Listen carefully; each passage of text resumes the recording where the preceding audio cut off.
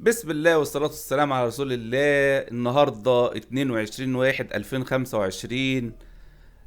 بعد يوم واحد من آخر مراجعة علوم البحيرة. كانت امبارح المراجعة والنهاردة بيمتحن. دخلت عشان اطمن على الامتحان لان كان امتحان دمياط جه فيه افكار تقيلة كتير. امتحان البحيرة طبعا بيجي ليفل الوحش، بيبقى اصعب حاجة. فبقالنا كده سنتين الحمد لله المستوى بتاع امتحان البحيرة مش اصعب حاجة.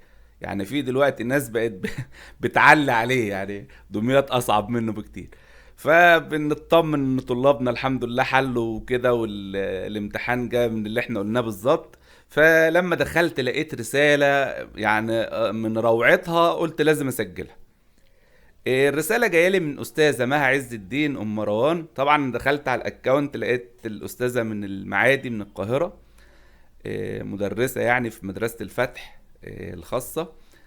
فلقيتها بعتلي رسالة، يعني زي ما في رسائل بتبقى لها أثر سيء على الإنسان، دي من أعظم الرسائل اللي أنا قريتها. يعني خلتني بصراحة طاير طاير كده بجناحات في السماء من كتر الفرح بالكلام اللي هي قالته. طبعا بتقول لي، طبعا هي الرساله بعتها النهارده الساعه 11 ونص، اللي هو النهارده 22 واحد.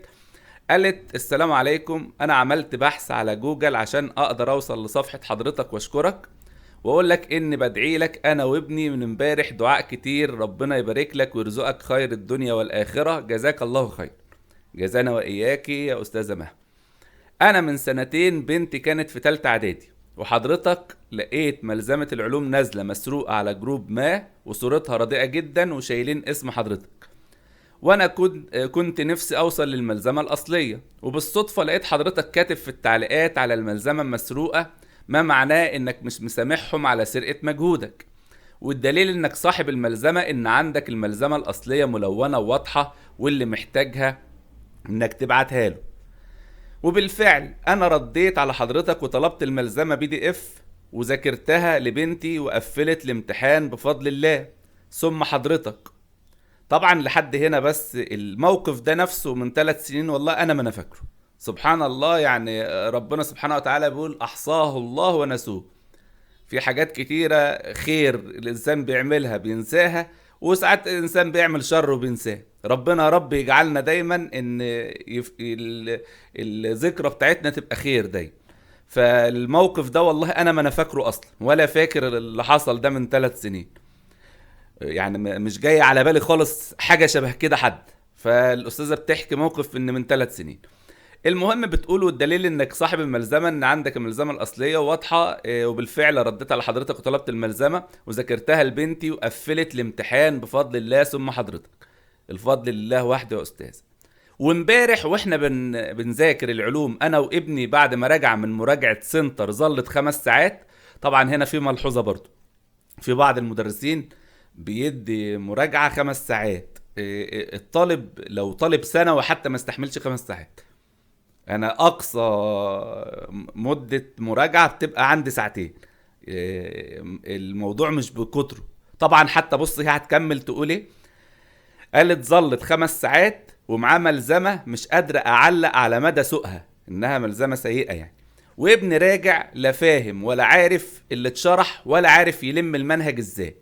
والحمد لله في لحظة افتكرت ملزمة حضرتك اللي معايا من سنتين، وبحثت لقيتها مسجلة عندي في ملفات التليفون.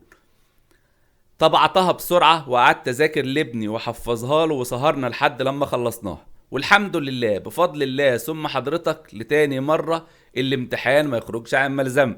بصي والله يا أستاذ أنا جسمي بيرتعش من الفرحة.